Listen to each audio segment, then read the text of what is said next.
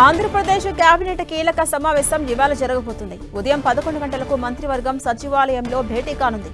ఈ కేబినెట్ సమావేశంలో విశాఖ పెట్టుబడుల సమ్మిట్, జిల్లాల పునర్వ్యవస్థీకరణ లాంటి కీలక అంశాలపై చర్చించబోతోంది. ఈ నెల 14, 15 తేదీలో విశాఖ వేదికగా పెట్టుబడుల సమ్మిట్ జరగబోతోంది. ప్రధానంగా దీనిపై కేబినెట్ చర్చించనుంది. ఇప్పటికే ఈ సమ్మిట్ కు సంబంధించిన ఏర్పాట్ల పనులను మంత్రులు, అధికారులకు అప్పగించారు సీఎం చంద్రబాబు. ఇక ప్రపంచవ్యాప్తంగా వివిధ కంపెనీల ప్రతినిధులు హాజరు కాబోతున్న నేపథ్యంలో సమ్మిట్ ఏర్పాట్లపై మంత్రులు, అధికారులను అడిగి సీఎం చంద్రబాబు వివరాలు తెలుసుకోబోతున్నారు. ఈ మేరకు కేబినెట్ భేటీలో సుమారు 1,00,000 కోట్ల పెట్టుబడులకు ఆమోదం తెలపబోతున్నారు. ఈ నిర్ణయాల ద్వారా ఆంధ్రప్రదేశ్లో భారీ పరిశ్రమల ఏర్పాటుకు మార్గం సుగమం కానుంది.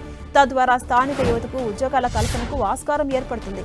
ఇక ఇటీవల రాష్ట్రాన్ని అతలాకుతలం చేసిన మొంతా తుఫాన్ ప్రభావం, నష్టం అంచనాలు, పరిహారం వంటి విషయాలపైన చర్చించే అవకాశం ఉంది.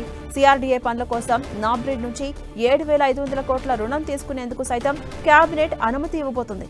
మరోవైపు రాష్ట్రాభివృద్ధి కోసం పలు సంస్థలకు కేటాయించిన భూములకు గ్రీన్ సిగ్నల్ ఇవ్వనుంది కేబినెట్. కూటమి పార్టీలు ఎన్నికల్లో ఇచ్చిన హామీల మేరకు జిల్లాల విభజన చేసే అవకాశం కనిపిస్తోంది. ఈ మేరకు నూతన జిల్లాలు, రెవెన్యూ డివిజన్ల ఏర్పాటుపైన కీలక నిర్ణయం తీసుకోనుంది మంత్రిమండలి. దీనిపై ఇప్పటికే కేబినెట్ సబ్ కమిటీ సమావేశంలో నిర్ణయం తీసుకున్నారు. కేబినెట్ సబ్ కమిటీ నివేదిక ప్రకారం జిల్లాల విభజనపై ఏపీ కేబినెట్ తుది నిర్ణయం తీసుకోనుంది.